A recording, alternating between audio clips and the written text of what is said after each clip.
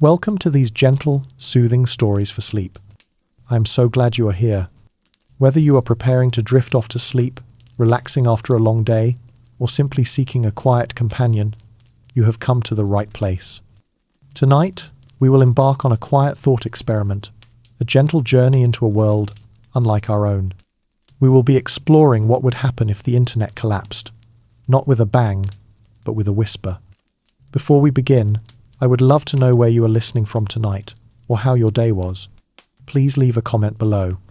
Wherever you are, I hope you are feeling comfortable, relaxed, and ready to explore something gentle yet extraordinary. And if you find these soothing scientific journeys interesting, or even just wonderfully peaceful, please consider liking this video and subscribing to the channel. It helps more souls who are searching for quiet find their way here. Imagine, if you will, the gentle weight of a phone in your hand. It is a familiar, comforting weight.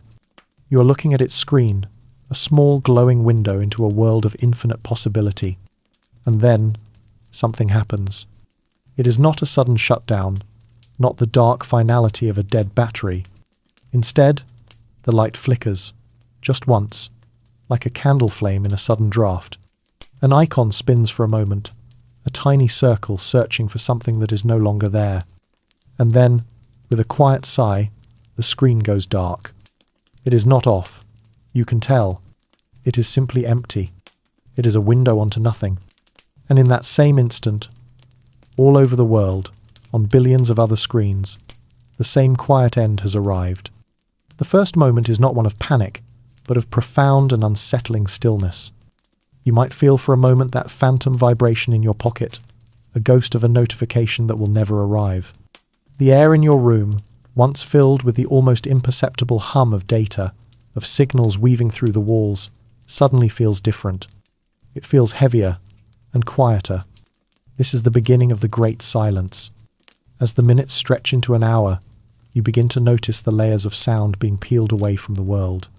The gentle chime of an incoming message, the soft whoosh of a sent email, the endless, gentle murmur of a social media feed refreshing in the background, all of it is gone.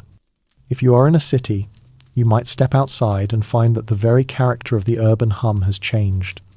The deep, resonant thrum of a city is a symphony of countless tiny parts, and so many of those parts were digital. The electronic rasp of a pedestrian crossing signal is gone, replaced by a silent, unblinking red hand. The distant, rolling thunder of data processing in office buildings has ceased.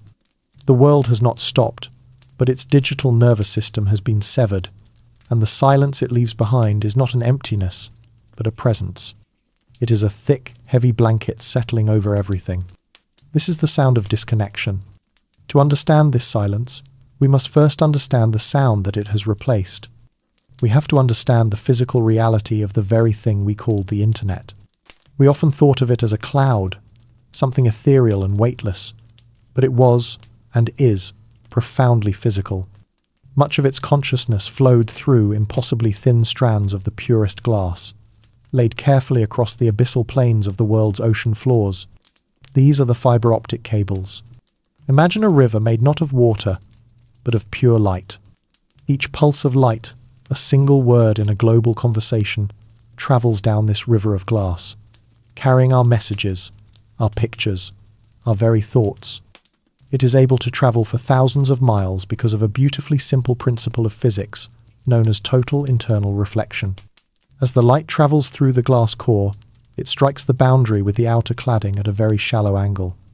Instead of escaping, it is perfectly reflected back into the core, again and again, like a whispered secret that never touches the sides of the tunnel it passes through. In this moment, all of those rivers of light have run dry. The light has simply stopped flowing. And then there were the lonely lighthouses, our satellites spinning in the silent void of space. We imagined them as masters of the network, but they were more like relay points, catching faint signals from one side of the world and gently casting them down upon the other. They were, for a time, the high ground from which our voices could reach the furthest shores. Now, they continue their silent, graceful orbits, still listening, still broadcasting, but their signals fall upon a world that has gone deaf. They are lighthouses shining on a coastline where all the houses have gone dark. But the true heart of the collapse is not in the broken cables or the lonely satellites. It is in the loss of a shared dream, a common language. The internet worked because every single machine, from the largest server to the smallest phone, agreed to speak the same language. A set of rules called the Transmission Control Protocol and the Internet Protocol, or TCP/IP. This was the universal grammar of our digital world. It was the elegant, invisible handshake that allowed a computer in Toronto to speak to a server in Tokyo. It was nothing more than an agreement, a set of instructions that we all followed. And in the great silence, it is as if every machine in the world has suffered a simultaneous, global amnesia. The language is forgotten. The rules no longer apply. The elegant handshake can no longer be made. And so, we are left in the quiet. A quiet that is deeper than the silence between sounds. It is the silence of withheld information, of questions that cannot be asked, of voices that cannot reach out. We built a world on a constant, flowing conversation, a perpetual hum of connection. Now that the hum has stopped, we are left to wonder about the texture of the silence it has left behind. It is a silence that forces us to look up, to look around, to see the world that was hidden beneath the noise.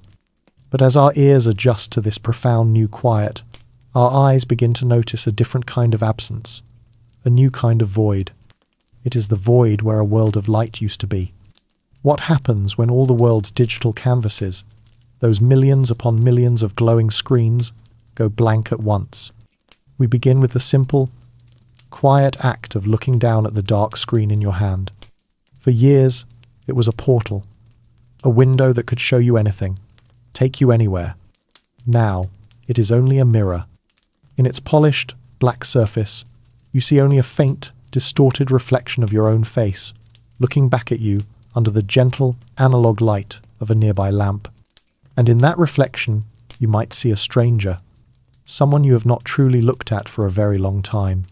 This is the new landscape of our world, a city of dark mirrors.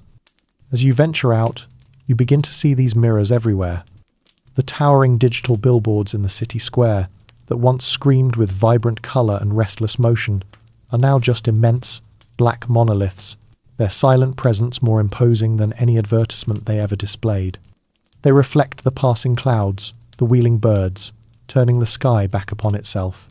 The timetables at the train station are frozen, displaying the ghost of a final departure, a train that will never arrive. The row of automated teller machines on the wall of the bank are now just inert sculptures of plastic and metal, their screens dark and impassive. Every screen that once vied for your attention, that offered you information, entertainment, or connection, is now just a piece of glass, offering you nothing but your own quiet reflection. The world has become a gallery of echoes, a place filled with the ghosts of data. It forces us to ask a question we have never had to truly consider. Where did it all go? Is the knowledge gone, or is it merely trapped? The answer is both beautiful and terrifying. Most of our collective memory, our art, our science, our history, was not written in stone, but with magnetism and electrons. Consider the spinning hard drive, which for decades was the workhorse of our digital civilization. Inside its sealed case, a tiny electromagnetic head, flying just nanometers above a rapidly spinning platter, would frantically flip the magnetic polarity of trillions of tiny metallic grains. One direction meant a 1, the other meant a 0. Our greatest novels, our most beautiful symphonies, our family photographs, all became unimaginably long stories written in this invisible magnetic ink. Then came the solid-state drive, a miracle of quantum engineering. It had no moving parts. Instead, it used billions of tiny electronic cages, called floating gates, to trap electrons. A cage full of electrons was a 0, an empty cage was a 1. Our data became a city of captured lightning. So, the knowledge is not gone. It is still there, locked away in these silent, powerless devices. The magnetic stories are still written on their platters. The electrons are still trapped in their cages. Our world's knowledge is not erased. It is imprisoned. It is held in countless digital fortresses. and we have lost the keys to every single one. The grandest of these fortresses were the data centers. We called them the cloud, a name that suggested something weightless and ethereal. But they were fiercely, brutally physical. They were vast, windowless buildings, often placed in cold climates or near large bodies of water, and they were filled with humming racks of servers, the true libraries of our age. These libraries, however, had a fatal flaw. They were built in defiance of one of the universe's most fundamental laws, the second law of thermodynamics. This law tells us that everything in the universe tends towards disorder, towards an increase in what scientists call entropy. Every calculation a computer makes, every bit of information it processes, generates a tiny puff of heat, a small contribution to the universe's chaos. Multiply this by the sextillions of calculations happening every second in a data center, and you are left with an astonishing amount of heat. These buildings were not just libraries, they were furnaces. Their existence depended on a constant, monumental effort to fight against entropy, to pump this heat away using colossal air conditioning systems and water cooling towers that consumed as much power as a small city. Without the steady, rhythmic heartbeat of the power grid, this battle is lost instantly. The cooling systems fail, and inside the silent racks, the heat from the final, dying computations has nowhere to go. The delicate silicon chips, with circuitry etched on a scale of billionths of a meter, begin to warm, then cook. The digital ghosts of our civilization are not just trapped, they are being baked into oblivion. We built a library of everything, a great and glorious tower made of logic and light, a testament to our boundless curiosity. We collected every story, every song, every fact we could find. But we built this magnificent structure on a foundation that required perpetual motion, an endless supply of energy to keep the forces of entropy at bay. And now, the engine has stopped. The ghosts are fading. The silence in the glass is becoming permanent. The libraries of the world are lost, sealed shut, and slowly decaying. But as we stand before these dark mirrors, grappling with the immensity of this intellectual loss, a more immediate and personal question begins to worm its way into our minds. What of the more immediate loss? The numbers that lived in our banking apps, the promise of a digital transaction, the very idea of money that existed only as a flicker of light on a server somewhere far away. How real was it? You find an old coin in the bottom of a drawer, a forgotten relic from a time before. You pick it up and place it in the palm of your hand, and you are struck by its simple, honest reality. You feel its weight, a small, dense pool of gravity. You feel the coolness of the metal and the worn, smooth texture of its face. This single, humble object suddenly feels more real than all the wealth you once thought you had. Because in the world of the great silence, the grand and glittering edifice of global finance has evaporated like a morning mist, leaving behind only the things you can touch, the things you can hold. The first few days are marked by a quiet, civilized confusion. People go to the store and present a piece of plastic, a credit card, and the cashier can only offer a gentle, apologetic shake of the head. The little machine that used to sing with connection is silent. The invisible web of trust that bound your bank to this shop, that allowed this piece of plastic to stand in for a promise of payment, has been torn to shreds. The global stock market, that frantic, flickering storm of numbers and arrows that governed the fortunes of nations, has simply vanished. It was not a crash in the way we understood it. There was no panic selling, no final, dramatic plunge. It was simply a cessation. The light on the screen went out, and the entire concept, the shared belief in those numbers, ceased to exist with it. To understand how a system of such immense power could disappear so completely, we must understand the strange nature of the money we created. For most of human history, money was a physical thing, a lump of gold, a shell, a measure of grain. It had intrinsic value, but the money of the modern world was different. It was what economists call fiat currency. Fiat is a Latin word meaning let it be done. Our money had value simply because our governments decreed that it did, and because we, all of us, collectively agreed to believe in that decree. It was a form of mass hypnosis, a shared story we all told ourselves. And in the digital age, we took this story and made it even more abstract. It is estimated that 97% of all the world's money existed only as digital data. It was not stored in vaults. It was stored as ones and zeros on servers scattered across the globe. Your life savings were not a pile of gold bars. They were an entry in a digital ledger, a flicker of light in a machine. The global financial system was perhaps the most complex and tightly coupled system humanity had ever built.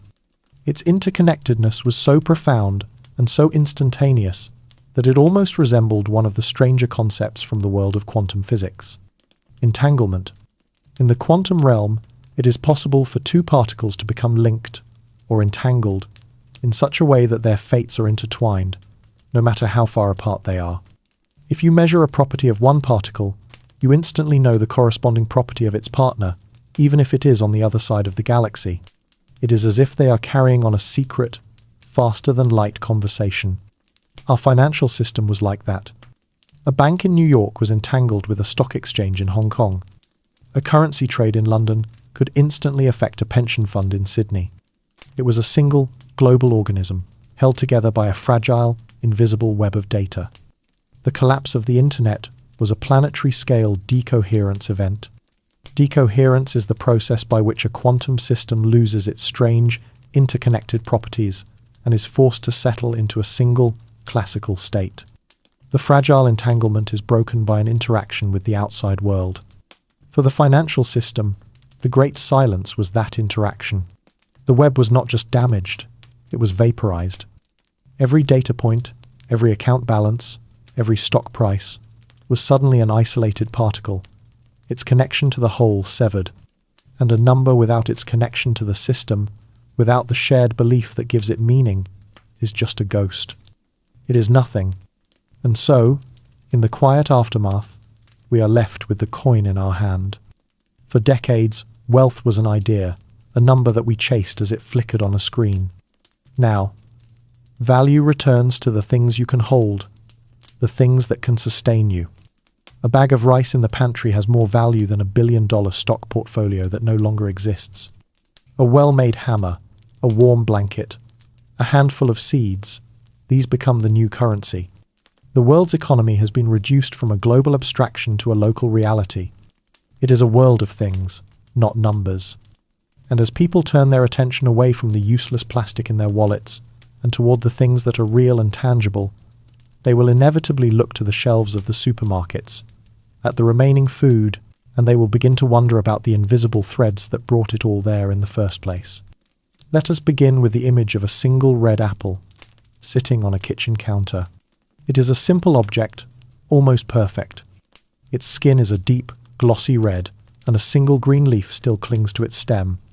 It is a small, self-contained promise of sweetness and nourishment. In our old world, it was an everyday miracle we rarely stop to consider. But in the world after the Great Silence, this apple becomes a profound artifact, a relic from a lost civilization. Because to understand this apple is to understand the breathtaking, invisible complexity of the world we have lost. Let us trace its journey backward, in the quiet of our minds. Before it sat on this counter, it was in a grocery store, one of thousands, nestled in a pyramid of its brethren under soft, artificial lights. Before that, it was in a cardboard box in the back of a refrigerated truck, a truck that travelled for hundreds, perhaps thousands of miles, its driver navigating by a signal from the sky. Before the truck, the apple was in a vast, automated warehouse, where it was sorted, washed, and packed by machines that communicated with each other in a silent, efficient language. Before the warehouse, it was in a climate-controlled shipping container on the deck of a colossal ship, a vessel the size of a skyscraper laid on its side, as it ploughed through the deep blue waters of the ocean for weeks on end. And before all of that, it was just a blossom on a tree in an orchard, in a country you may have never visited, a blossom that was pollinated by a bee and ripened under a foreign sun. This incredible, continent-spanning journey was the result of a silent, invisible symphony of logistics, a system we called the supply chain. At its heart was a principle known as just-in-time delivery.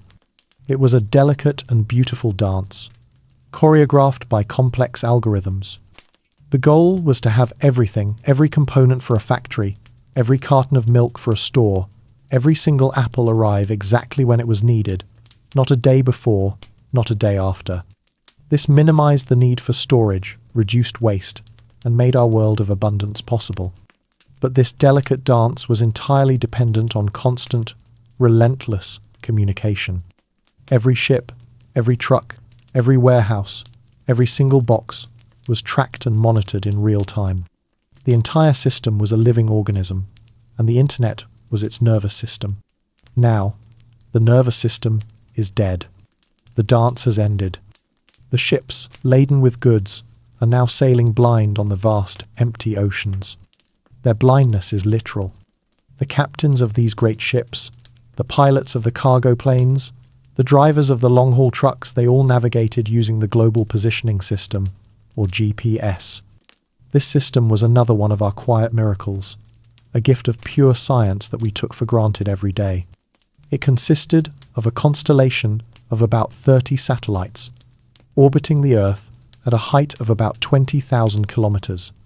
Each satellite is a masterpiece of engineering, and at its heart is an atomic clock, a timepiece of almost unimaginable accuracy. These clocks are so precise, they will lose or gain only a single second over a period of 3 million years.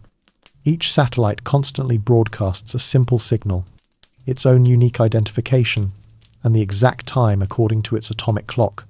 Down on Earth, a small receiver in your phone or your car's navigation system would listen for the signals from at least 4 of these satellites. By measuring the tiny, infinitesimal delay between when the signal was sent and when it was received, the device could calculate its exact distance from each of those 4 satellites. And with that information, through a process of geometric calculation called trilateration, it could pinpoint its location on the surface of the Earth with astonishing precision. But the true genius of the GPS, the part that reveals the deep fabric of the universe, is that it only works because it takes into account one of humanity's greatest intellectual achievements, Albert Einstein's theory of relativity. The atomic clocks on the satellites are subject to 2 relativistic effects.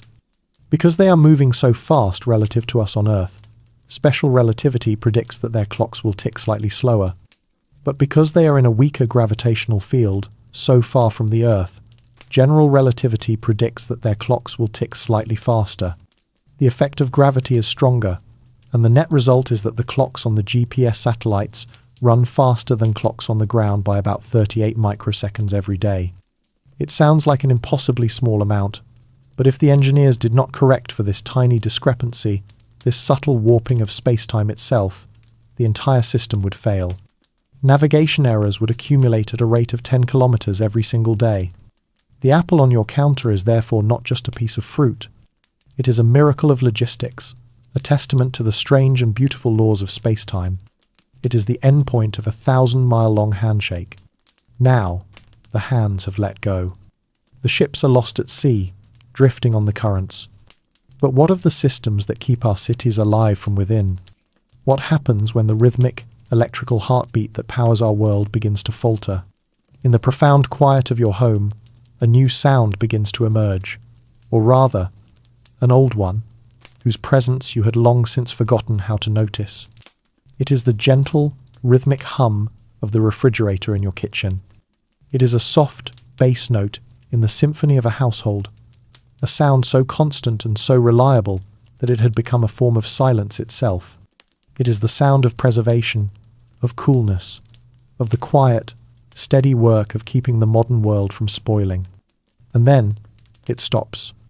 The hum falters for a moment, and with a soft click, it ceases. The silence that rushes in to fill the void is different. It is a colder, more final silence. And at that same moment, a light across the room flickers. It is not the gentle flicker of a bad connection, but a violent, sputtering shudder, as if the light itself is gasping for breath. The lamp dims, glows unnaturally bright for a fraction of a second, and then goes out, plunging the room into a deeper darkness, a darkness now punctuated only by the pale grey light of the outside world. And you know, with a sudden, sinking certainty, that this is not just your home. It is happening across the block, across the entire city. The great, invisible river of power that fed your world has finally run dry. The city's heart is beginning to fail. We had built our world out of light, but we rarely considered the fragile, impossibly complex system that made it all possible. The electrical grid is not a simple network of wires. It is perhaps the largest and most intricate machine ever created, a single, continent-spanning organism. And like any living organism, its survival depends on a state of perfect, delicate balance. At every single moment of every single day, the amount of electrical power being generated across the entire grid must exactly match the amount of power being consumed. It is a dance on the head of a pin. If generation exceeds demand by even a tiny fraction, the frequency of the current increases, and machinery can be damaged. If demand exceeds generation, the frequency drops, and the entire system can collapse. The lifeblood of this organism is alternating current, or AC, a form of electricity that allows power to be transmitted efficiently over vast distances. But its greatest strength is also its greatest weakness. For the grid to function, every single power plant, whether it is a hydroelectric dam 1,000 miles away or a gas turbine on the edge of the city, must be perfectly synchronized. They must all push and pull their electrons in the exact same rhythm, a pulse that beats 60 times per second in North America and 50 times per second in much of the rest of the world. This frequency, measured in hertz, is the grid's heartbeat. For decades, this impossible balancing act was managed by a combination of human operators and, increasingly, a high-speed, automated system of sensors and controls. We called it the smart grid. It was the grid's digital nervous system, constantly monitoring the flow of power, predicting changes in demand, and making microscopic adjustments in real time to keep the heartbeat steady. But this nervous system was utterly dependent on the internet. Without the constant flow of data, the grid is now blind, deaf, and dumb. The operators in the control rooms are staring at blank screens. The automated safety systems at the power plants are now on their own. And these systems are designed with one overriding priority: to protect the incredibly expensive generators from damage. When a power station's sensors detect a dangerous fluctuation in the grid's frequency, a sign that the delicate balance has been lost, its safety protocols will kick in automatically, and it will disconnect itself from the grid to save itself. But the act of one station disconnecting places an even greater strain on the remaining stations, making the frequency fluctuate even more wildly. This, in turn, causes other stations to disconnect, in a catastrophic, cascading chain reaction. It is a domino effect of immense speed and power, a continental-scale blackout cascade. And so, the lights go out, the water pumps that supply our cities stop, and the taps run dry. The electric trains that ferry millions of people grind to a halt in dark tunnels.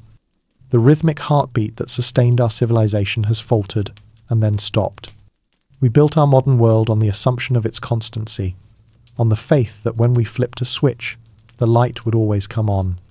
We wove this power into the very fabric of our lives, creating a world of effortless illumination and mechanical strength.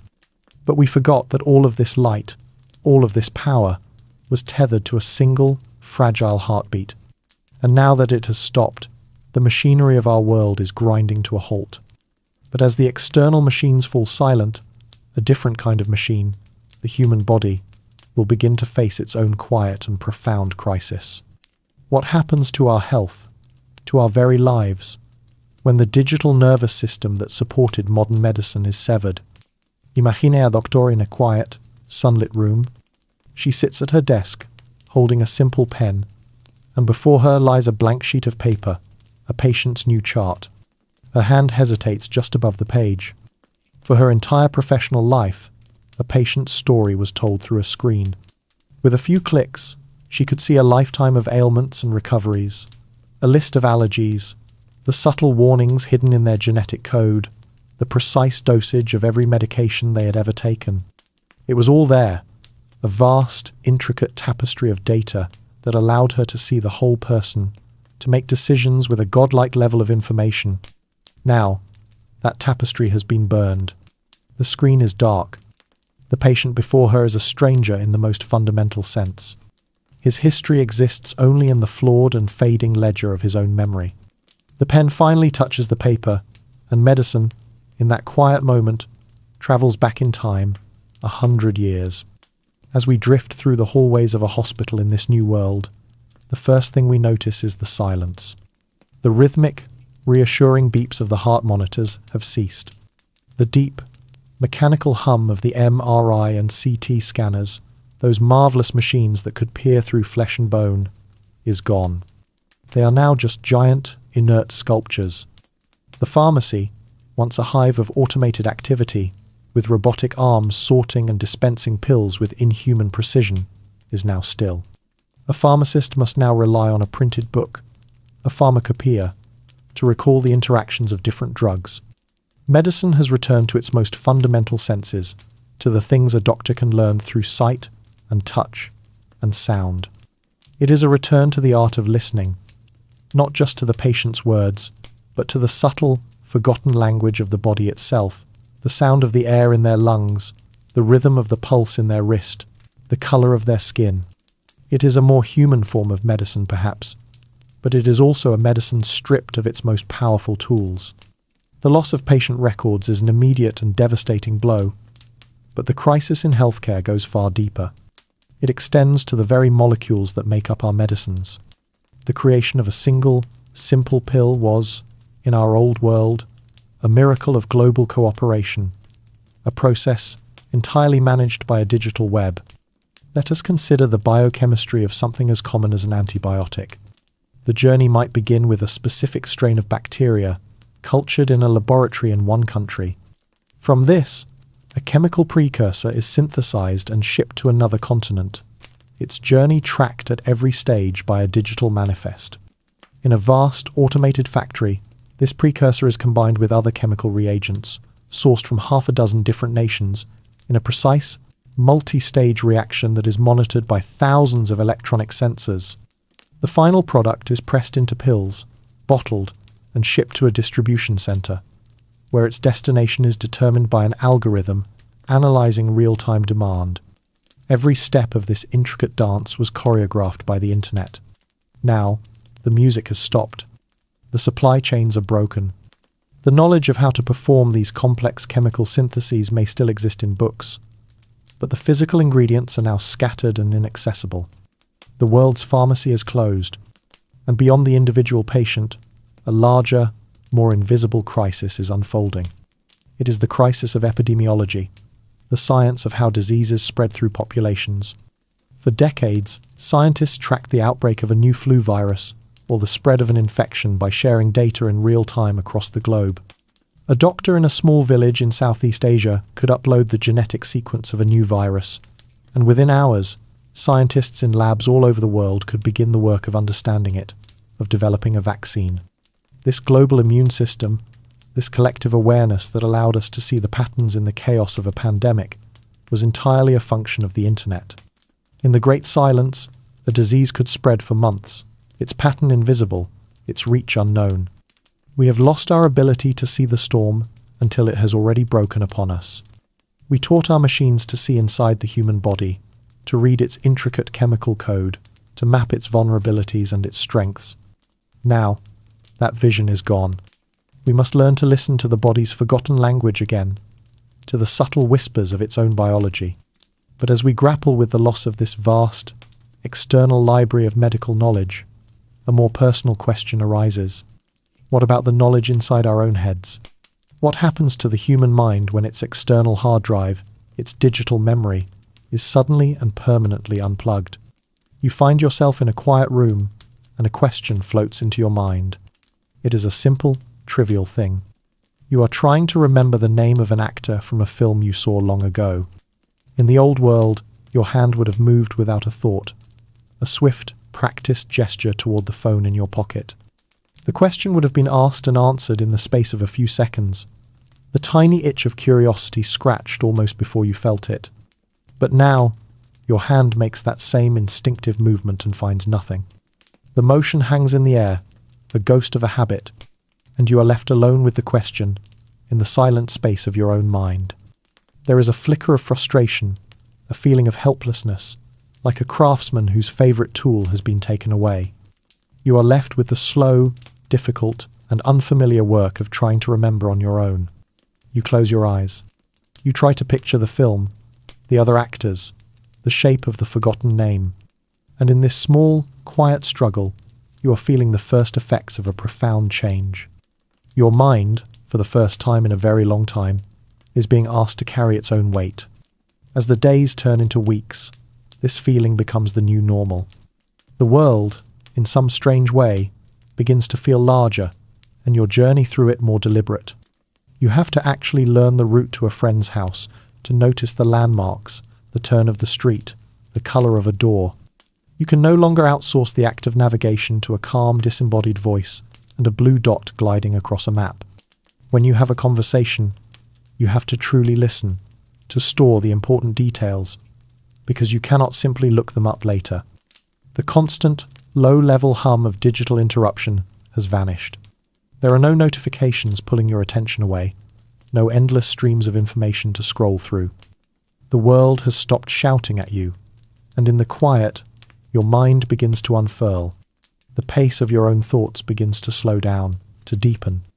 You are relearning the lost art of simply being present in the moment, of observing the world with your own senses, and of building your own internal map of that world. This change is not just a feeling, it is a neurological reality. For decades, psychologists and neuroscientists have been studying a phenomenon known as cognitive offloading, or more popularly, the Google effect. The principle is simple. Your brain is an incredibly efficient organ, and it will not waste energy storing information that it knows it can easily access elsewhere. When you know that any fact is just a few taps away, your brain does not make the effort to encode that fact deeply into its own memory circuits. It remembers the location of the information, that is, it remembers that you can Google it, but it does not remember the information itself. We had, in essence, outsourced a portion of our memory to a global, external hard drive. Our minds were holding the keys to the library, but they had stopped filling their own shelves. The process of building a lasting memory is a physical act. When you experience something new, that information is temporarily held in a part of the brain called the hippocampus. Then, typically while you sleep, the hippocampus works to consolidate that memory, replaying the neural signals and transferring the information for long-term storage in the vast, wrinkled landscape of the cortex. It is like forging a new path in a forest. The first time you walk it, it is difficult, but the more you travel that path, the clearer and more permanent it becomes. We had stopped walking the paths in our own minds. Now, without our digital extensions, our brains are being forced to rebuild these memory-making muscles. The hippocampus is being put to work again, forging new and lasting pathways. And with the silence, with the absence of constant, jarring distraction, we might even find that another precious mental state begins to return. The state of deep focus, what psychologists call flow. It is that magical feeling of being so completely absorbed in a task that the outside world seems to fade away and time itself seems to warp and stretch. This state of effortless concentration is impossible when our attention is being fragmented into 1,000 tiny pieces by the relentless demands of the digital world. But in the great silence, the mind is finally given the space it needs to settle, to focus, and to lose itself in its work, in a story, in a thought. Our minds had become like estuaries, those places where the fresh water of a river mingles with the vast, salt ocean. Our own thoughts were constantly mixing with a boundless sea of external information. Now, the tide has gone out. We are left, for the first time, with the quiet, clear, and steady flow of the rivers of our own consciousness. And as our minds, no longer looking outward through a screen, begin to turn inward, our eyes will inevitably begin to look upward, to the one great map, the one eternal display of information that has never been unplugged. As evening settles over a city that is slowly being drained of its artificial light, you find yourself looking up into the deepening twilight, and you see it. A single, brilliant point of light hanging in the purple haze. It is Venus, or perhaps Jupiter, a planet that has been there all along, but was rendered invisible by the glare of our own creations. It is the first note in a symphony that has been waiting patiently to be heard. Night after night, as the glow of the city fades further, more notes join the chorus. The familiar constellations, which had been faint sketches, now appear sharp and brilliant against a backdrop of pure black velvet. Stars you have never seen before begin to emerge from the darkness, thousands of them, a fine, glittering dust scattered across the heavens. And then, one night, you see it in its full glory for the first time in your life. A great, shimmering, cloudy river of light stretching from one horizon to the other. It is the Milky Way, the galaxy we call home. A sight of such profound and breathtaking beauty that it feels like a revelation. The air grows still, and the sky feels immense, infinite. You feel a sense of awe that is both deeply personal and anciently familiar. You are seeing the same sky that your distant ancestors saw, a sky that has been hidden from us for 100 years. In rediscovering the sky, we are rediscovering our oldest map.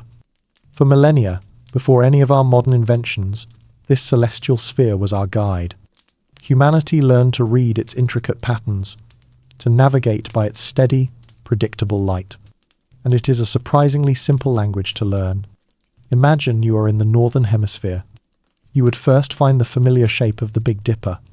By following the two stars at the end of its cup, you can draw a straight line to a single, moderately bright star that seems to stand alone. This is Polaris, the North Star. And this star is special. Because it lies almost directly above the Earth's North Pole, it is the one star in the sky that does not appear to move as the Earth turns. It is a fixed point, an anchor in the heavens.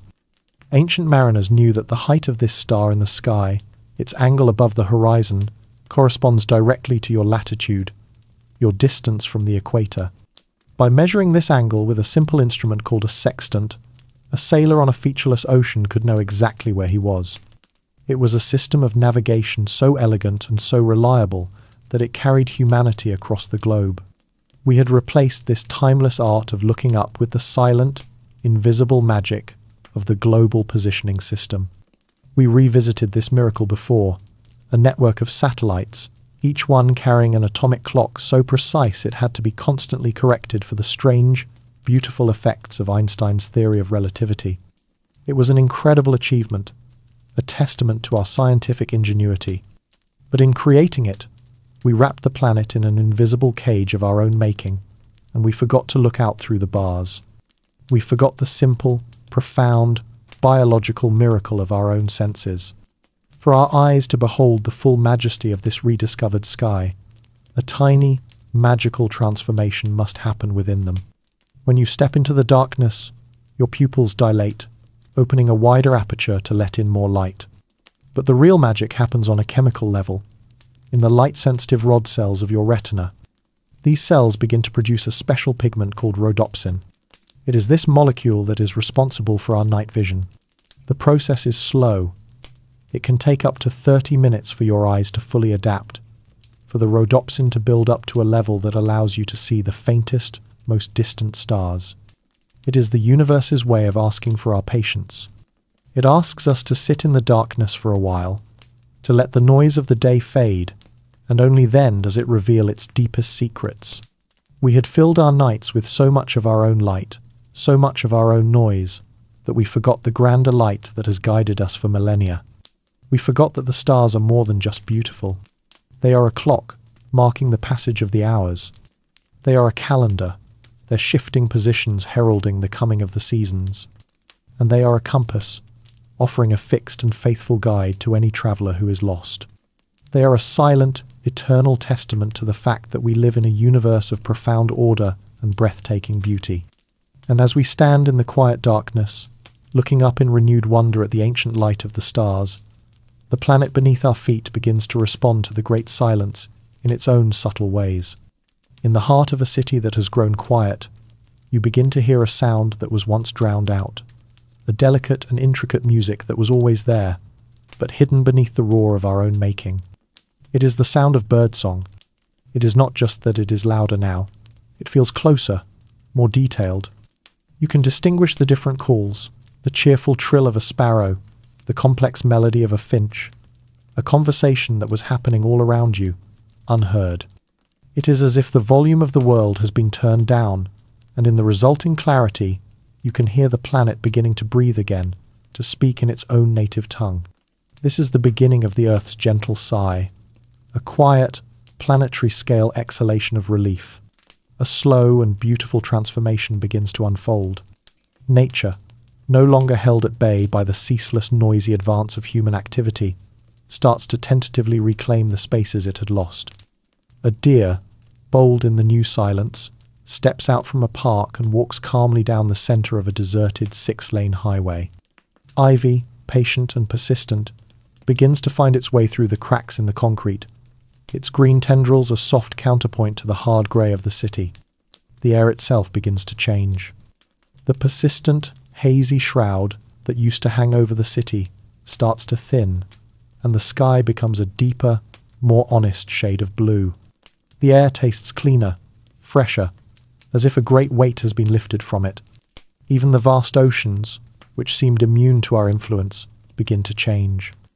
The constant, low-frequency drone of tens of thousands of container ships, a sound that permeated every corner of the marine world, has faded. And in the renewed quiet of the deep, the long, haunting songs of the whales can now travel for hundreds, perhaps thousands of miles, as they were always meant to do. The planet is returning to a state of grace. This healing is not just a poetic idea. It is a series of profound and measurable scientific realities. For over a century, we had saturated our planet with something scientists call anthropogenic noise.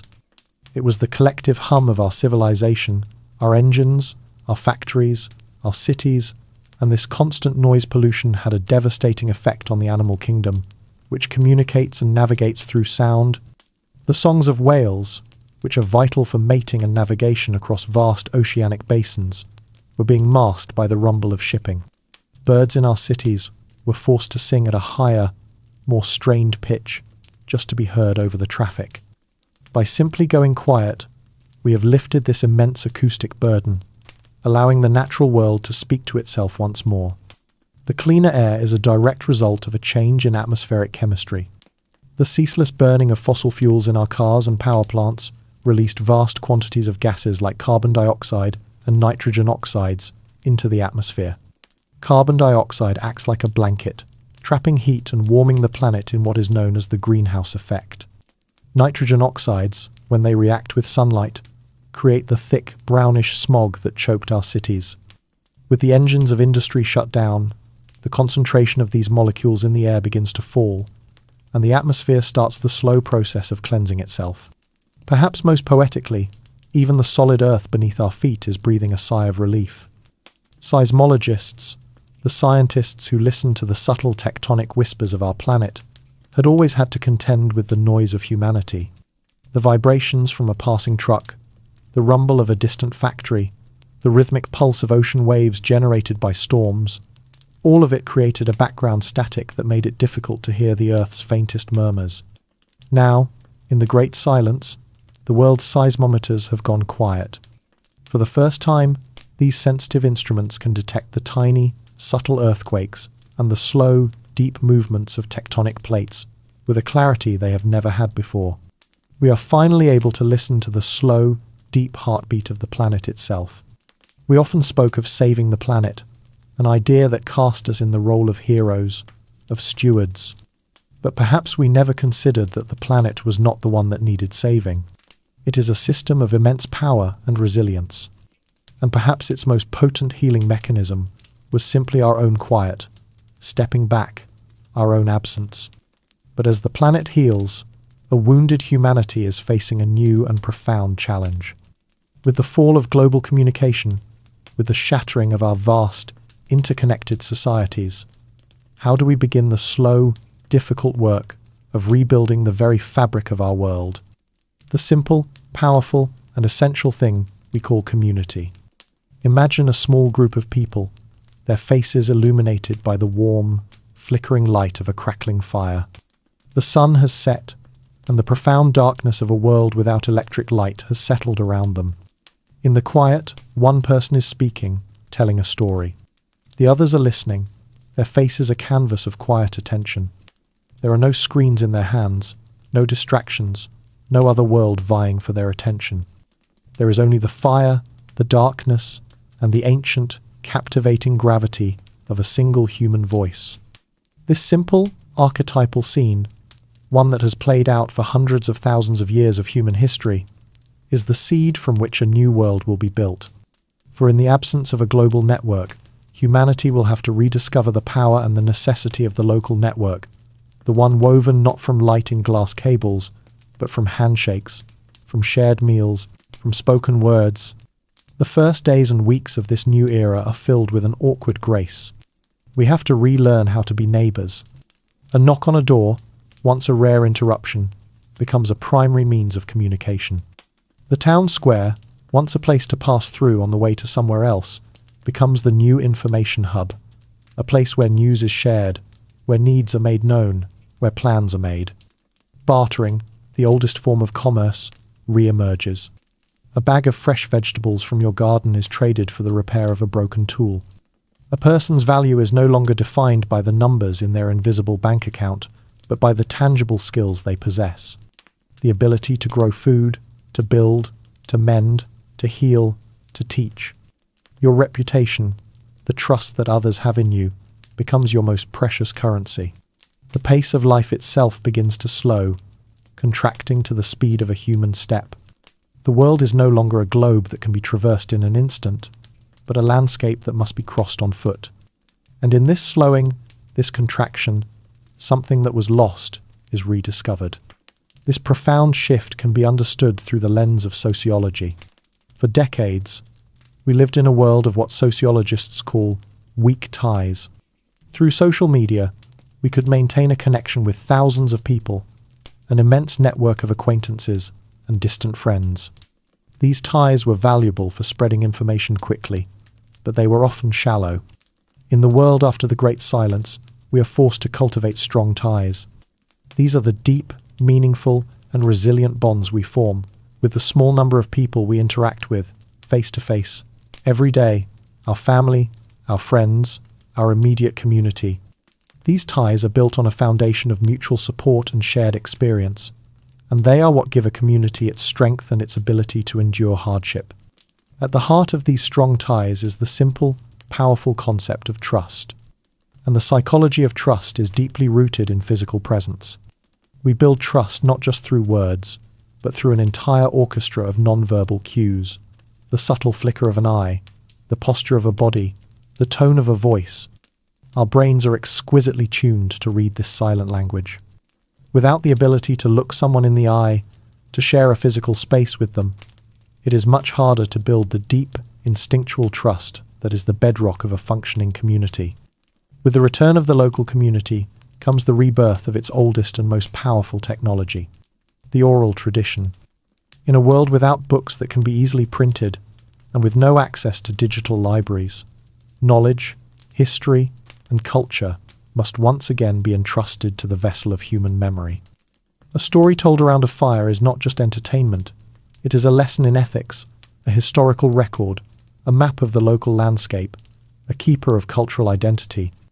The rhythm and poetry of these stories are not just for beauty, they are mnemonic devices, elegant tools that make the information easier to remember and pass on accurately to the next generation. The storyteller becomes one of the most vital members of the community, a living library, a bridge between the past and the future. For a generation, we sought to be heard by the entire world, and in doing so, we often forgot how to speak to our neighbours. Now, in the quiet intimacy of this smaller world, we are rediscovering the profound weight and meaning of our own voices. And as these new communities form around their fires, sharing their stories to survive, they will inevitably begin to tell the tale of the world that was pot. They will try to describe the magic and the madness of the age of the internet. And this raises a haunting question. How will the future remember us at all? Let us drift forward in time, not by days or weeks, but by centuries. Imagine an archaeologist in a distant future, carefully brushing away the soil from a small, rectangular object. It is a smartphone, perfectly preserved in the anaerobic mud of a long-dead city. She holds it in her hand, this mysterious black slate of glass and metal. She notes its elegant design, its seamless construction.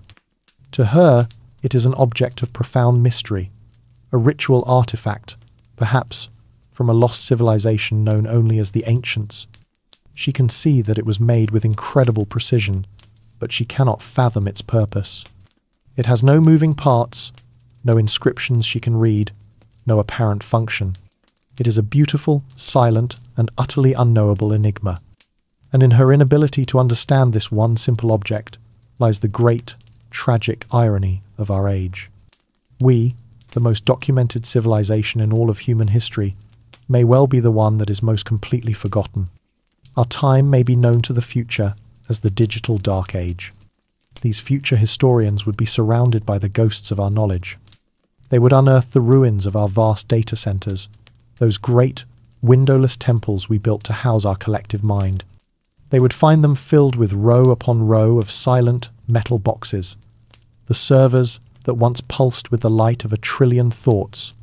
But they would have no way to power them, no understanding of the complex operating systems needed to read them, no key to the encryption that guards them. The servers would be like sealed tombs, filled with the indecipherable treasures of a forgotten king.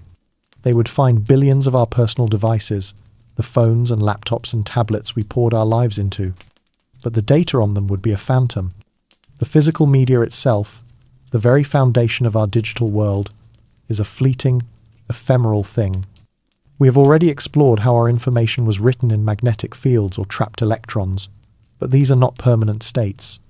Over time, a process known as data degradation, or bit rot, would take its inevitable toll. The intricate magnetic patterns on a hard drive, representing our photos, our music, our stories, would slowly lose their coherence as the tiny magnetic grains randomize themselves, succumbing to the relentless pull of entropy. The electrons trapped in the floating gates of a solid-state drive would, over the course of decades or centuries, eventually leak away, their carefully constructed ones and zeros dissolving back into an undifferentiated state of nothingness. Even our most robust, long-term storage, the optical discs, would fail as their physical layers of dye and reflective metal slowly break down. The information is not just locked away, it is actively fading, like a photograph left out in the sun. The most profound barrier, however, would be one of context. Digital information does not exist on its own. It is a delicate chain of dependencies. To read a single file, you need the correct hardware to access the media, the correct operating system to understand the file system, and the correct software to interpret the file's specific format. A simple text document from the 1980s is already a challenge to read on a modern computer. A complex video file from our own time would, to an archaeologist in the year 2525, be an impossible puzzle. It would be like finding a single, beautiful sentence written in a lost language, for which there is no dictionary, and which can only be read by the light of a specific type of candle, which no longer exists. And so, the great irony is this.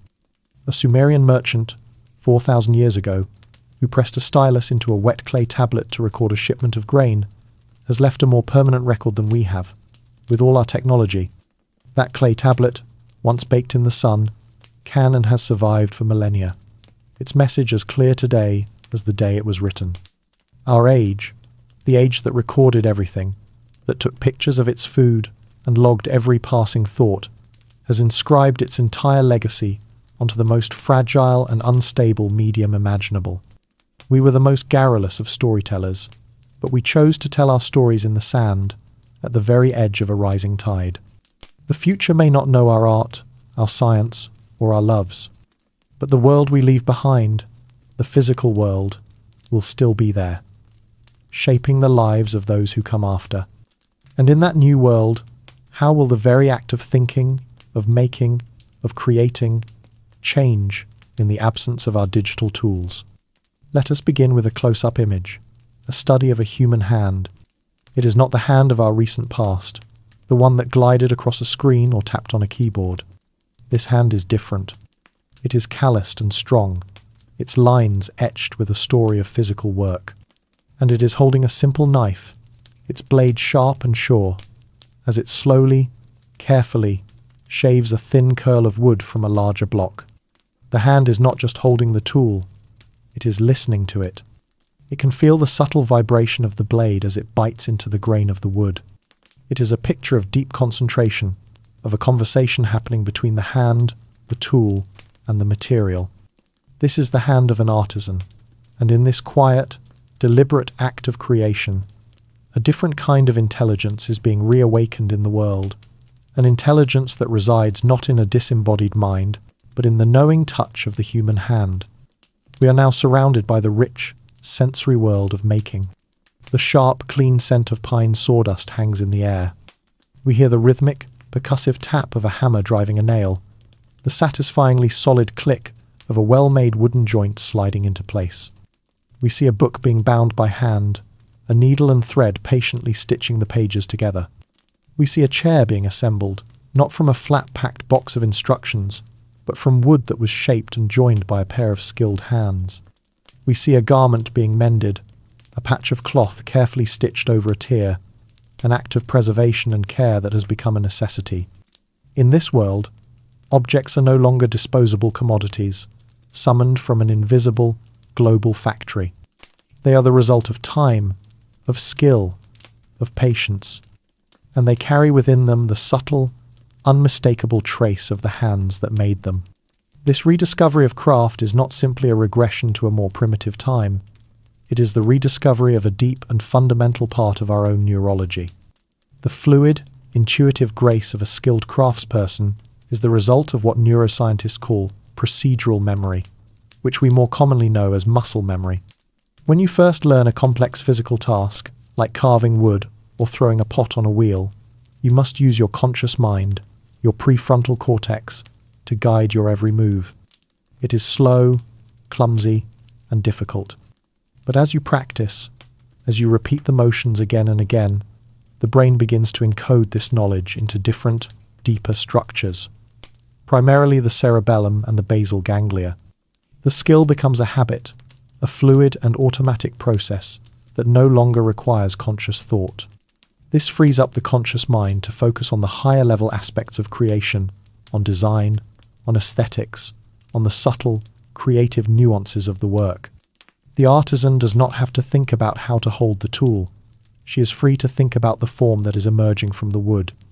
Furthermore, this act of making is a profound example of what psychologists call embodied cognition. It is the idea that our minds are not like computers, with the brain as a central processing unit and the body as a simple input-output device. Instead, our thinking is deeply and inextricably intertwined with our physical body and its sensory interaction with the world. When a potter centers a lump of clay on a wheel, her hands are not just following instructions from her brain. Her hands are thinking.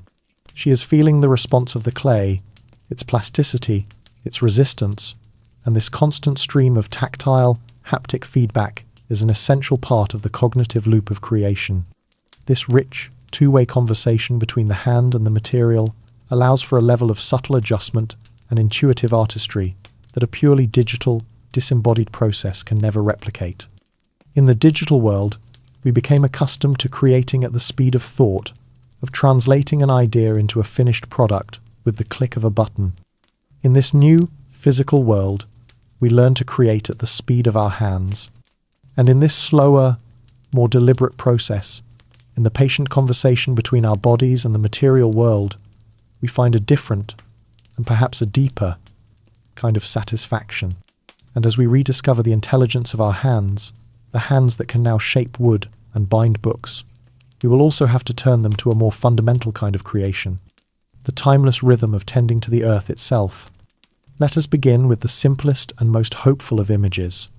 A human finger pressing a single, tiny, dormant seed into a bed of dark, rich earth. It is an act of faith, a quiet contract made with the future. In a world where the grand, complex systems have failed, we return to the most ancient and fundamental system of all. The collaboration between the sun, the soil, and a single, patient seed. This small gesture, repeated in countless backyards and newly repurposed parks, is the beginning of a quiet revolution, a rediscovery of the intricate and miraculous language of the soil. The experience of tending a small garden becomes a new form of meditation. The sensory world is rich and grounding. You can smell the deep, earthy aroma of damp soil after a gentle rain, a scent that is complex and alive. You feel the warmth of the sun on your back as you work, and the satisfying texture of the soil as you crumble it between your fingers. You watch, with a patience you did not know you possessed, for the first sign of life. And then one day, it appears, a tiny spear of the most vibrant green, pushing its way up through the darkness and toward the light. You follow the slow, deliberate rhythm of its growth, the unfurling of its first true leaves, the gradual strengthening of its stem. You are no longer just a consumer of food, you are a participant in its creation. And in this slow, patient work, you begin to understand that the ground beneath your feet is not just dirt, it is a universe of staggering complexity. What we call soil is, in fact, one of the most densely populated and diverse ecosystems on the entire planet. A single handful of healthy earth contains more living organisms than there are human beings on the planet. Billions of bacteria, fungi, protozoa, and countless other microscopic creatures live in a complex symbiotic city beneath our feet. This is the soil microbiome, and it is the true engine of life on land. These tiny organisms are in a constant, silent partnership with the plants that grow among them. The roots of the plants release sugars, feeding the microbes, and in return, the microbes break down organic matter and unlock the essential nutrients in the soil, making them available to the plants. It is a vast, ancient, and perfectly balanced circular economy. One of the most elegant examples of this partnership is the nitrogen cycle. The air we breathe is nearly 80% nitrogen, but in its gaseous form, it is useless to most plants. To build proteins and grow, they need nitrogen in a different, fixed form, such as ammonia or nitrates.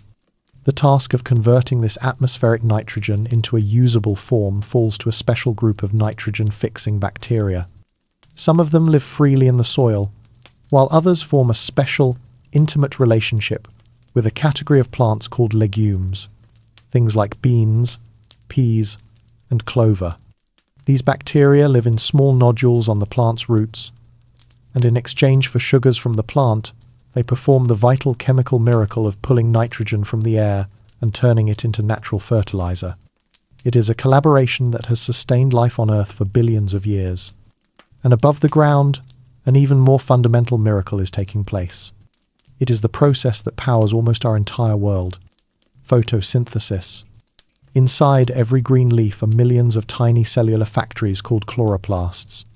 Here, the plant takes in carbon dioxide from the air, draws water up from its roots, and using the energy of a simple sunbeam, it performs a kind of alchemy, breaking apart the molecules and recombining them to create glucose, a simple sugar, the plant's own food, and releasing oxygen as a gift to the rest of the world. We once sourced our food from a brittle, artificial, global network. Now, we learn that it comes from a network far older, far more resilient, and infinitely more complex. The intricate, living web of life just beneath our feet. And as we kneel down and reconnect with the language of the soil, we inevitably begin to notice the other inhabitants of our quieter world more keenly. How would the animal kingdom adapt to a world where we are no longer the center of attention? In the uncanny quiet of a mid-afternoon, you see a flash of red fur at the end of your street. It is a fox. In the old world, a fox in the city was a creature of the shadows, a fleeting, nocturnal ghost. But this fox is different. It steps confidently onto the deserted asphalt, its movements relaxed and curious. It pauses, lifts its head, and tastes the air. Its sharp, intelligent eyes taking in a world that it is now beginning to reclaim as its own.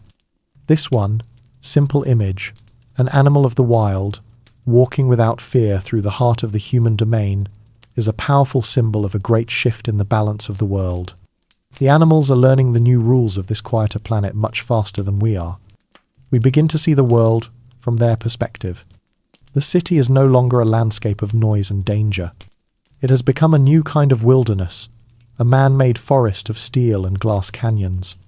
A kestrel, a small falcon, finds the high ledge of a skyscraper to be a perfect substitute for a cliff face, giving it a commanding view of the sparrows and pigeons below.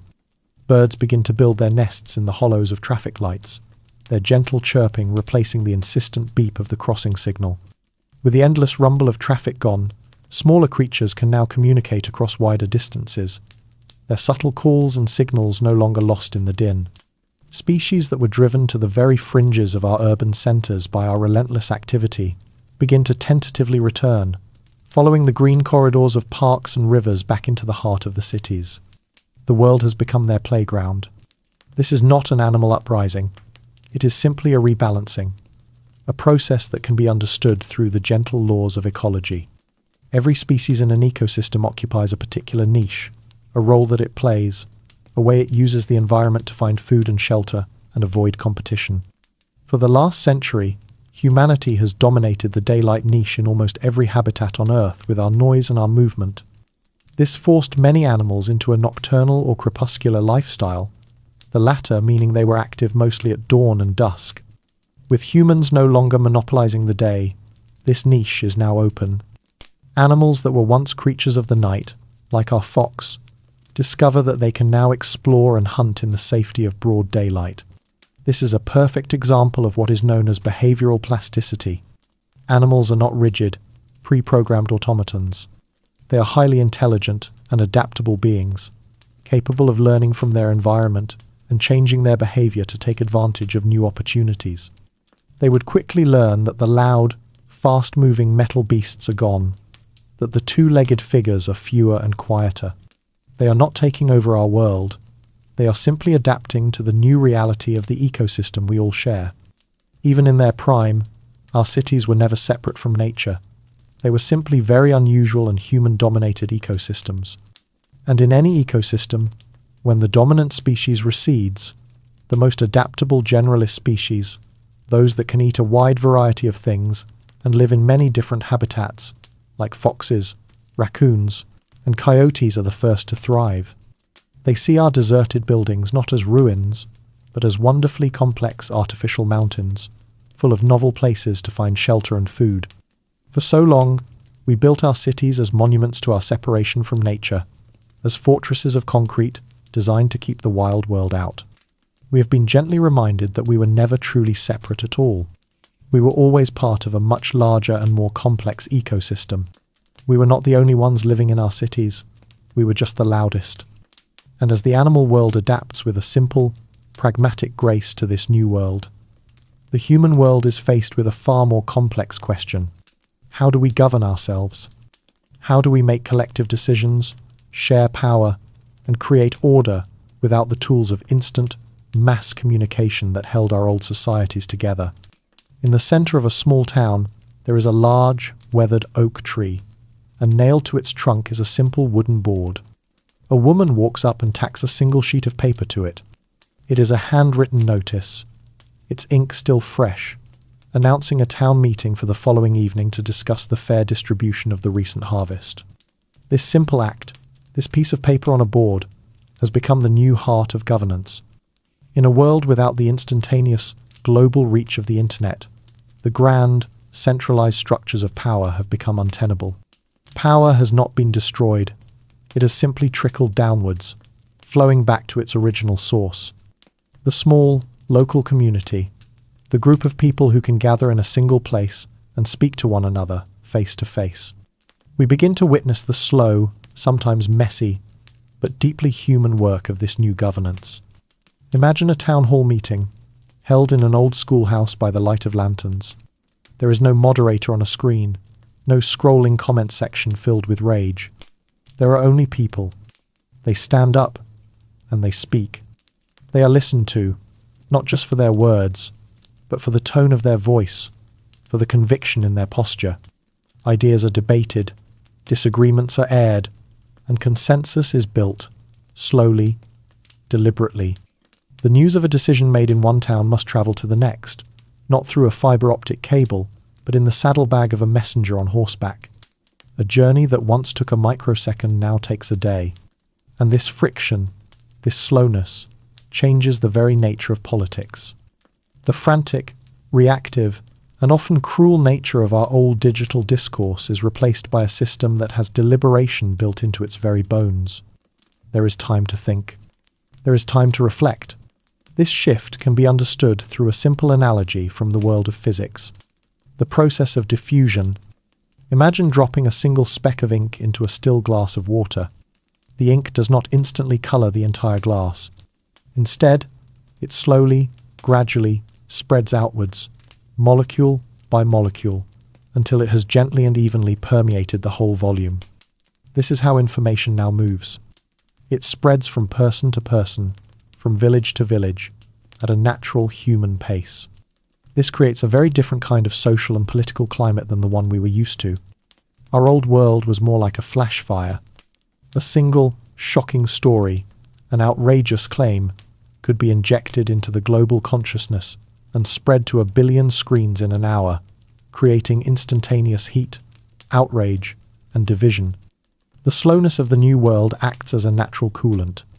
Rumors and falsehoods still exist, but they travel much more slowly, and they are tested and questioned at every step of their journey by real people in real conversations. The very speed of information, we are learning, dictates the possible scale and the emotional temperature of governance. The re-emergence of these smaller, more localized societies also aligns with a fundamental concept from evolutionary psychology, known as Dunbar's number. This is the idea that there is a cognitive limit to the number of people with whom a human being can maintain stable, meaningful social relationships. The number, proposed by the anthropologist Robin Dunbar, is around 150. This is the approximate size of a Neolithic village, of a military company, of many small close-knit communities throughout history. Our brains, it seems, evolved for life on this scale, a scale where everyone knows everyone else, where reputation is paramount, and where social bonds are maintained through direct, personal interaction. For a few brief centuries, and with manic intensity in its final decades, we tried to build and manage societies of hundreds of millions of people using abstract rules and impersonal, mass communication.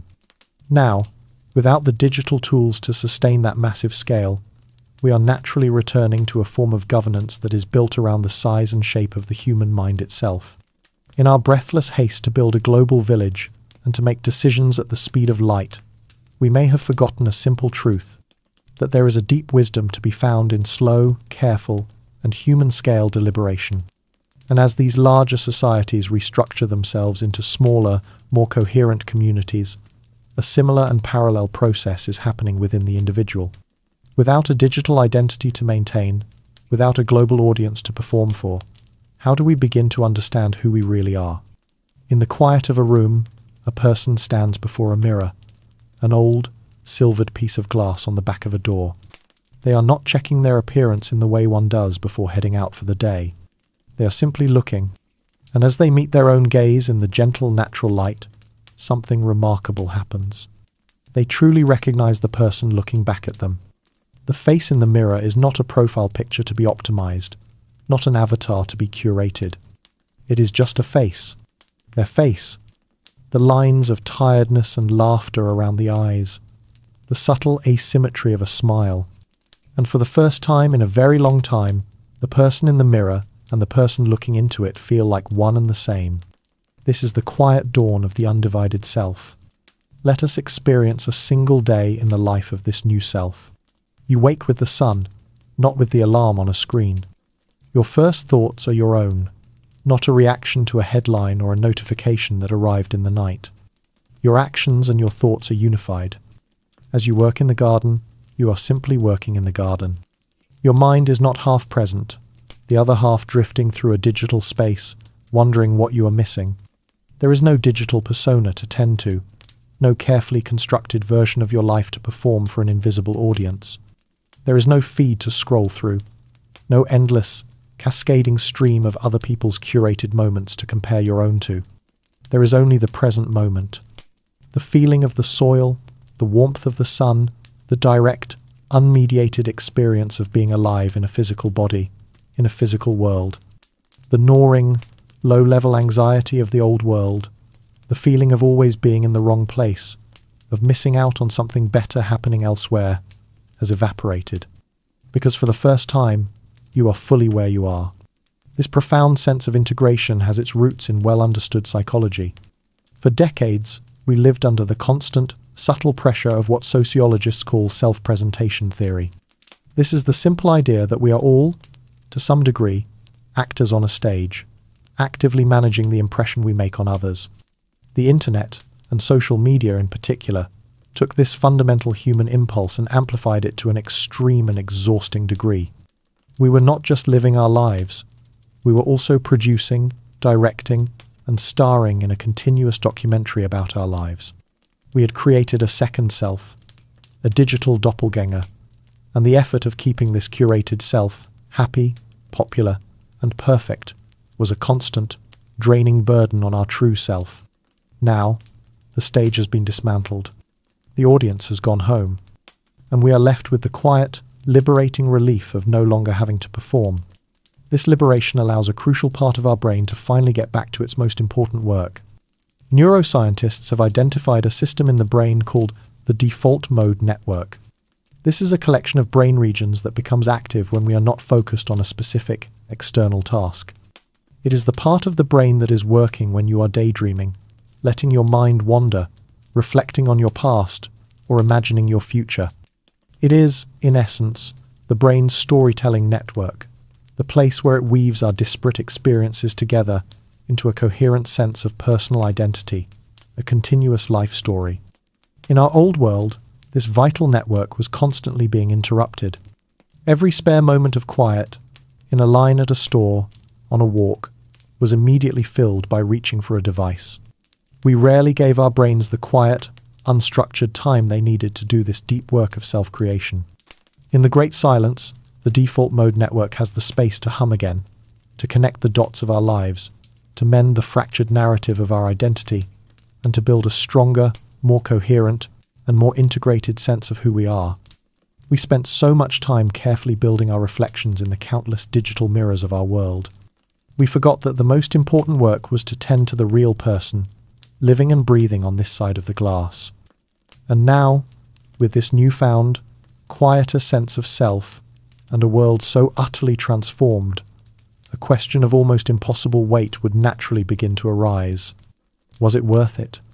What was truly lost in the great silence, and what, unexpectedly, was gained? On a sturdy wooden desk, illuminated by the soft, late afternoon light from a window, two objects lie side by side. One is a tablet computer, its screen dark and lifeless, a sleek but useless relic of a bygone age. Next to it lies an old, leather-bound book, its pages filled with the dense, intricate patterns of handwritten notes and sketches. The book is open, its spine cracked with use, its pages softened by the touch of 100 readings. This quiet tableau, this juxtaposition of the inert and the living, is the perfect metaphor for the profound and difficult question that hangs in the quiet air of the new world. What was the final sum of our great endeavour?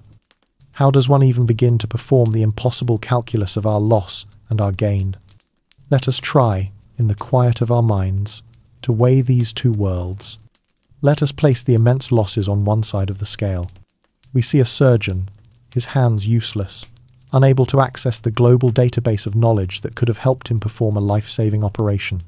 We see a family, scattered by disaster, with no way to know if their loved ones on another continent are safe.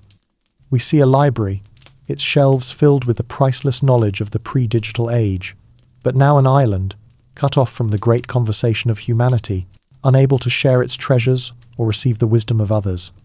The loss of our collective knowledge, of our instant connection, of the safety nets provided by a globally coordinated world, is a heavy and undeniable weight.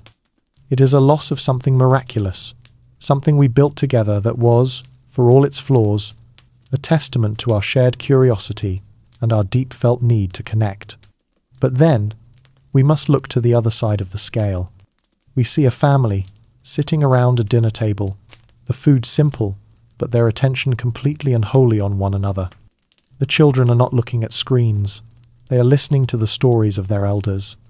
We see a musician, playing an instrument in a town square, not for a million anonymous views, but for the simple, joyful applause of his neighbours. We see the quiet satisfaction on the face of a person who has just repaired a broken chair, a small victory of skill and patience over decay. The gain is in the rediscovery of the local, the tangible, the present moment. It is a gain of focus, of community, of a deeper connection to the physical world and to the people who share it with us. This dilemma can be understood through a simple but profound concept from the world of economics: opportunity cost. For every choice we make, there is a cost that is not measured in money, but in the value of the next best alternative we gave up. For every benefit the internet gave us, we paid an opportunity cost. The opportunity cost of instant, global communication was, perhaps, the deep, patient, and sometimes difficult work of local, face-to-face communication. The opportunity cost of having access to all the world's information was, perhaps, the mental space required to develop our own deep, internal knowledge and memory. Our world was also a perfect illustration of the law of unintended consequences, the sociological principle that the actions of people, and especially of governments and systems, always have effects that are unanticipated or unintended.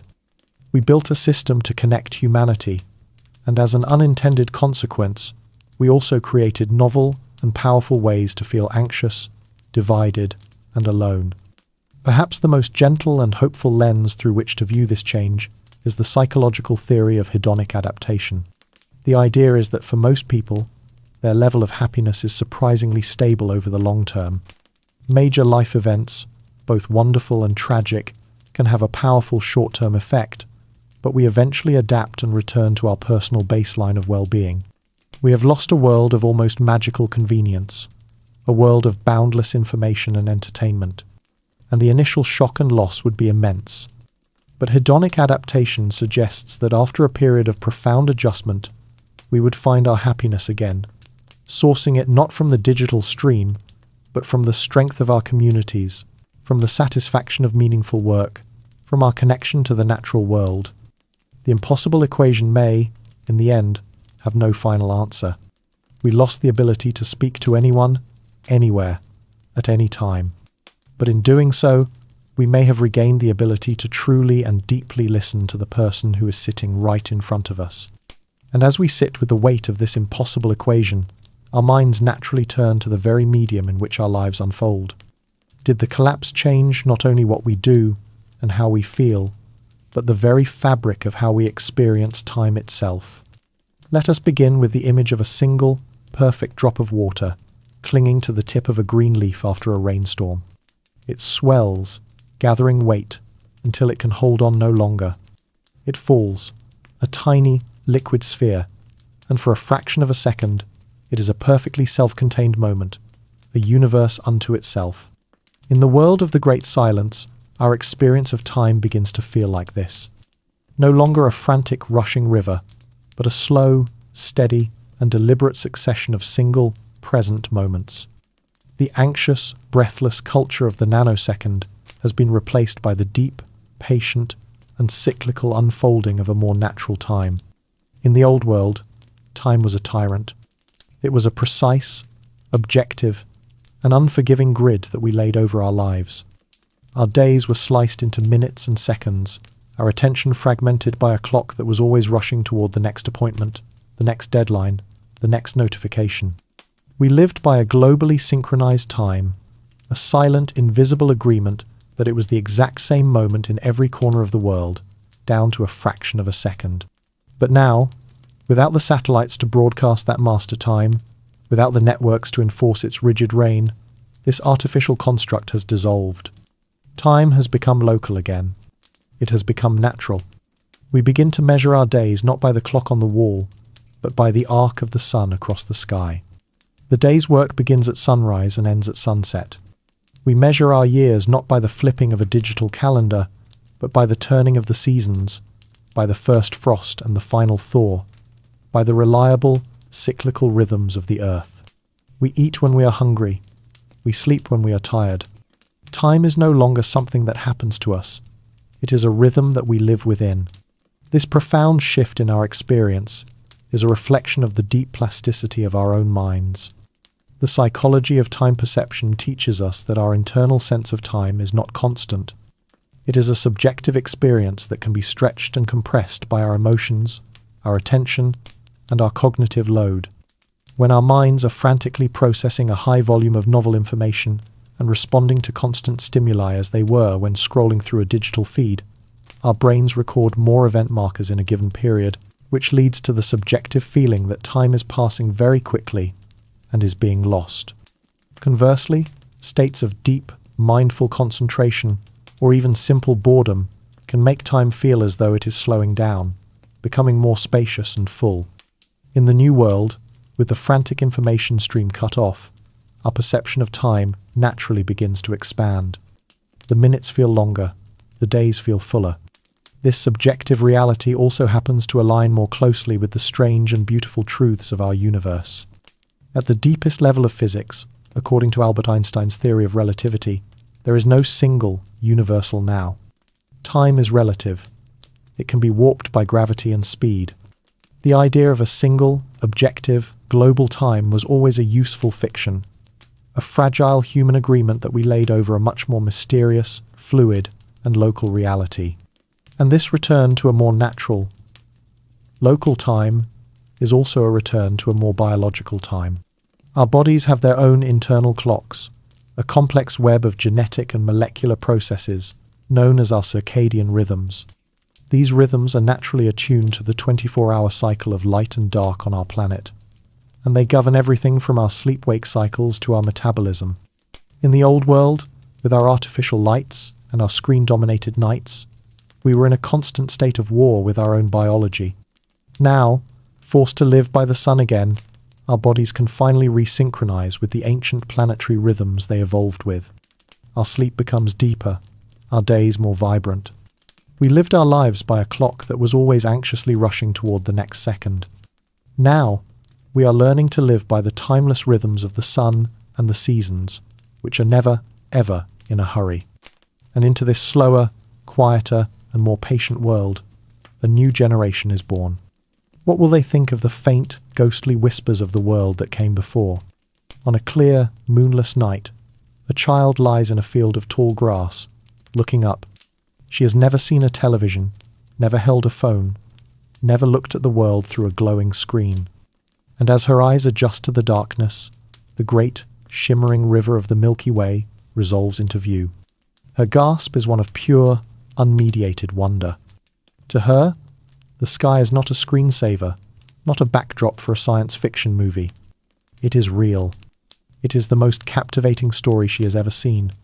A story written in the ancient, glittering language of light. This child, and millions like her, are the first generation of a new world. They are the children of the great silence. We see the world through their eyes, and it is a world of profound sensory richness. They learn to read not from a glowing tablet, but from the textured pages of a paper book. The smell of the ink and the paper, an inseparable part of the story. They learn to navigate not by a digital map, but by the position of the sun, by the patterns of the stars, by the way the moss grows on the side of a tree. They can identify the birds by their song, the plants by the shape of their leaves, the coming weather by the feel of the air. To them, the internet is a myth, a strange and unbelievable legend from the time of their grandparents. It is a story they are told around the fire, a tale of a magical world that existed behind panes of glass, a world where people could speak to ghosts on the other side of the planet, where you could see anything you could imagine just by asking. They listen with wide-eyed fascination, but they do not feel a sense of loss, for one cannot miss what one has never known. This difference is not merely one of culture or education. It is a difference that is being written into the very structure of their brains. The human brain is an organ of almost miraculous adaptability, a quality that neuroscientists call neuroplasticity.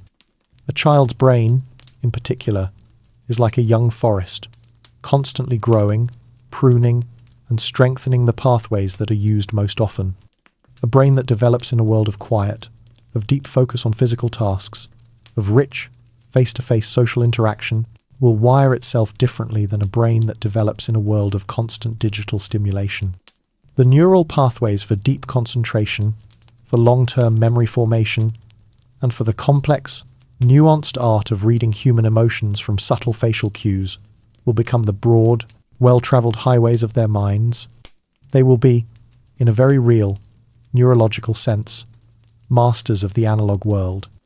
This is a beautiful, real-world example of a concept known as epigenetics. Our genes are not a fixed, unchangeable blueprint.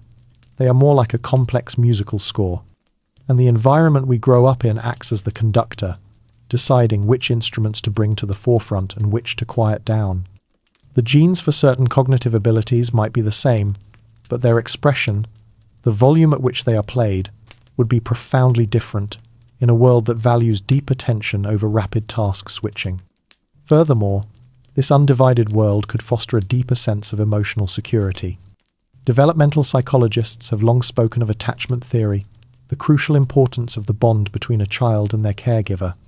In a world where caregivers are fully present, their attention not constantly siphoned away by a device, the bonds of attachment they form with their children could be stronger, more secure, building a foundation of deep emotional resilience that will last a lifetime. They will never know what was lost. They will never feel the phantom vibration of a phone that isn't there, or the anxiety of a world that is always demanding their attention. They will never feel the strange division of the self that we took for granted. And because of this, they are not the diminished survivors of a great collapse. They are simply the natives of a new, quieter, and perhaps more fully human world.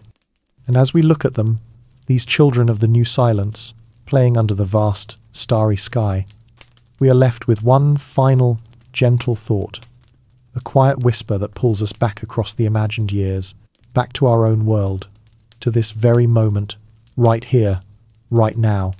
Listen, just for a moment. In the quiet of your own room, as you lie here, you may be able to hear it. It is a faint, almost imperceptible sound. It is the gentle, low-level hum of your own device, the very one that is bringing you my voice right now. Or perhaps it is the quiet whir of a computer fan, or the soft, electrical sigh of a charger plugged into the wall. This is the sound of our connection. This is the sound of the world we have made.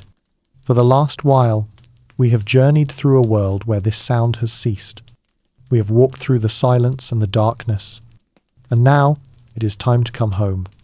Let us slowly, gently, pull back from that imagined world. Feel the soft glow of the screen, not as a source of distraction, but as a small, calm campfire in the darkness. Feel the gentle weight of your device in your hand, or the presence of it on your bedside table. That faint electrical hum is no longer a symbol of a frantic, demanding world. Instead, let it be a quiet reminder of the intricate, fragile, and truly miraculous web that holds us together. Let it be the sound of the rivers of light, those pulses of photons in glass cables, still flowing across the deep ocean floors, carrying our questions and our stories.